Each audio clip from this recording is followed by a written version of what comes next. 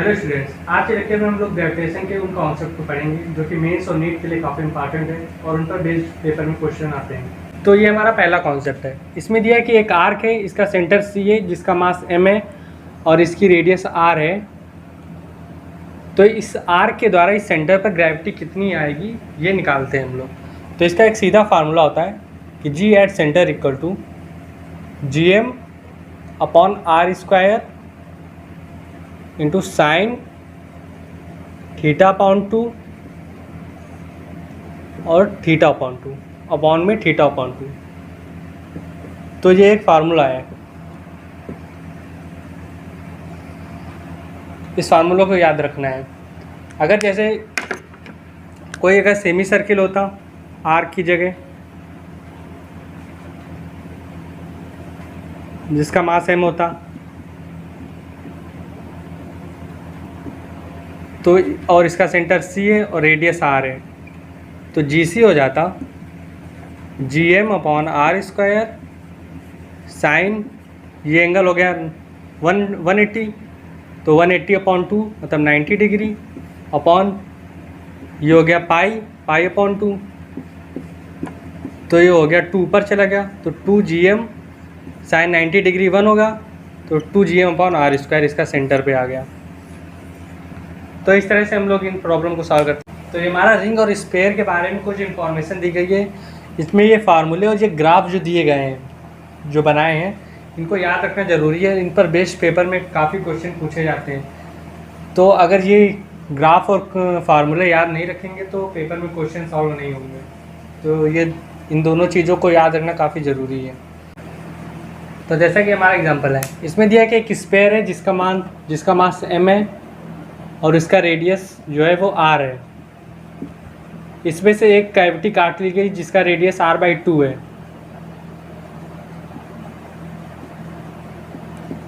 जब ये कैविटी काट ली गई है उसके बाद इस पॉइंट O पे सेंटर ऑफ द कैविटी पे पोटेंशियल निकालना है। क्वेश्चन में सबसे पहले हम लोगों को पोटेंशियल ऑफ स्फीयर इनसाइड का फार्मूला पता होना चाहिए। तो पोटेंशियल एट इनसाइड होता है, स्फीयर के लिए फार्मूला भी हम लोग पिछली स्लाइड में पढ़ चुके हैं कि -gm upon 2r³ into 3r square minus x square. अगर ये फार्मूला आप लोगों को नहीं पता है तो ये क्वेश्चन सॉल्व नहीं होगा। तो अब मान लीजिए इस बड़ा वाला जो स्फीयर है उसके द्वारा पॉइंट O पे कितना पोटेंशियल आएगा, मतलब जो टोटल पोटेंशियल है वो हम लोग पहले निकाल लेते हैं। तो V टोटल हो जाएगा -gm upon 2r³ into 3r square minus x, ये डिस्टेंस r/2 है तो r स्क्वायर अपॉन 4। तो यहाँ से आ जाएगा -gm अपॉन 2r³, ये हो गया 12, ये हो गया 11 r स्क्वायर अपॉन 4। तो यहाँ से बच गया हमारे पास -g r स्क्वायर कैंसिल हो जाएगा तो -gm 8, ये बचेगा 8r इंटू 11 मतलब -11gm अपॉन 8r। तो ये हमारा टोटल पोटेंशियल आ जाएगा O पॉइंट पे। अब हम लोगों ने कैविटी निकाल दी है तो सबसे पहले इस कैविटी का मास निकाल लेते हैं। तो एक स्फीयर मतलब 3D बॉडी है, तो इसका निकालने के लिए m1 इक्वल टू, मान लीजिए कैविटी का मास जो है m1 है, टोटल मास m है अपॉन 3D बॉडी है तो वॉल्यूम से निकालेंगे। तो इस स्फीयर का वॉल्यूम हो जाएगा 4/3 पाई r³ इंटू इस कैविटी का वॉल्यूम हो जाएगा 4/3 पाई, इसका रेडियस r/2 है तो r³ अपॉन 8, ये सब कैंसिल हो गया तो बचा m1 इक्वल टू m/8, मतलब इस कैविटी का मास जो आ गया m/8 आ गया।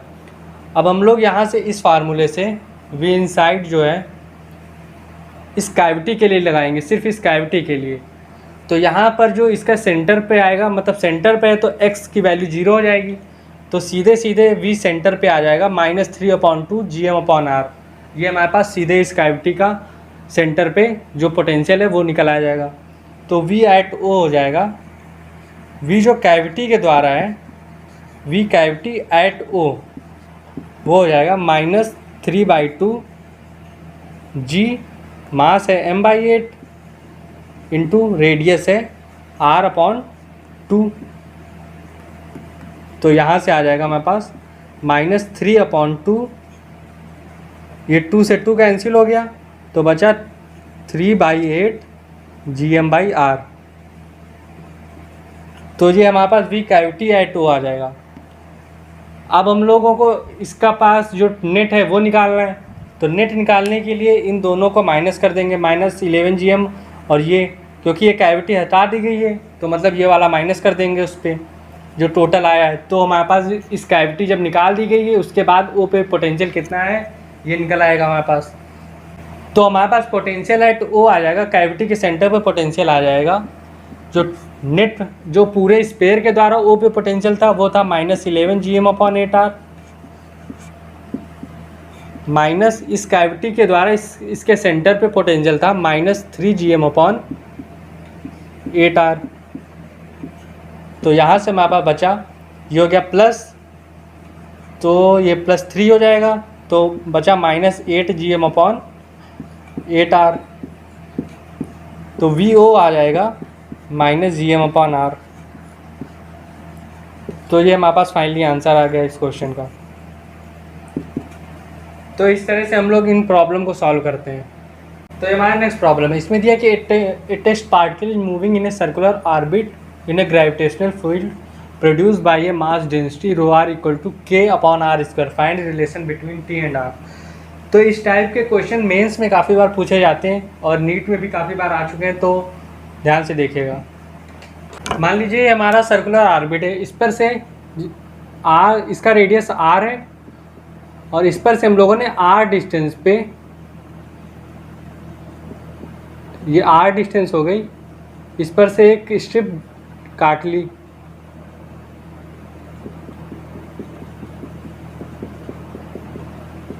सबसे पहले हम लोग इस स्ट्रिप का मास निकालते हैं, जैसे हम लोगों ने पिछली बार निकालना था उस तरह से मास निकालते हैं। तो ये dm आ जाएगा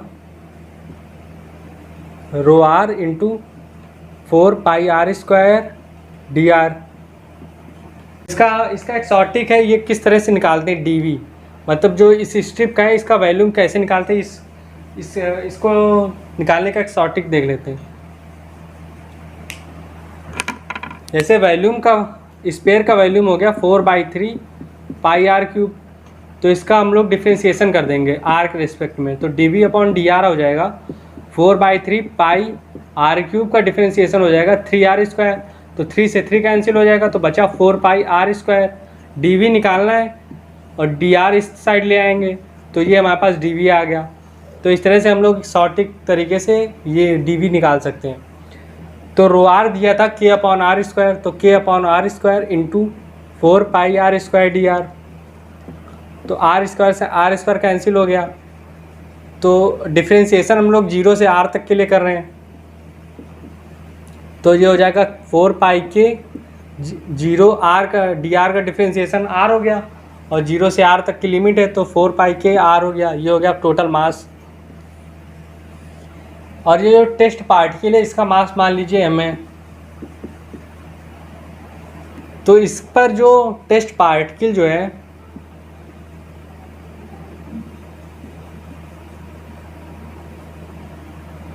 जो इस पर फोर्स लगाएगा Fg मान लीजिए, वो हो जाएगा Fg हो जाएगा g इंटू ये टोटल मास m इंटू जो टेस्ट पार्टिकल मास था m/r²।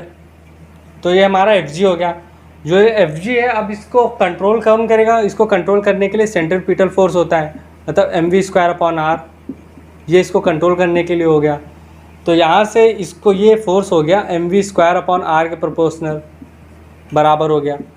तो यहाँ से m से m कैंसिल हो गया और g इंटू m की वैल्यू आ गई 4πk r/r² equal to v²/r। तो ये हो गया, r से एक r कैंसिल हो गया, ये r से ये r कैंसिल हो गया, तो v² हो गया equal to 4πk into g, मतलब v जो हो गया इक्वल टू कांस्टेंट हो गया।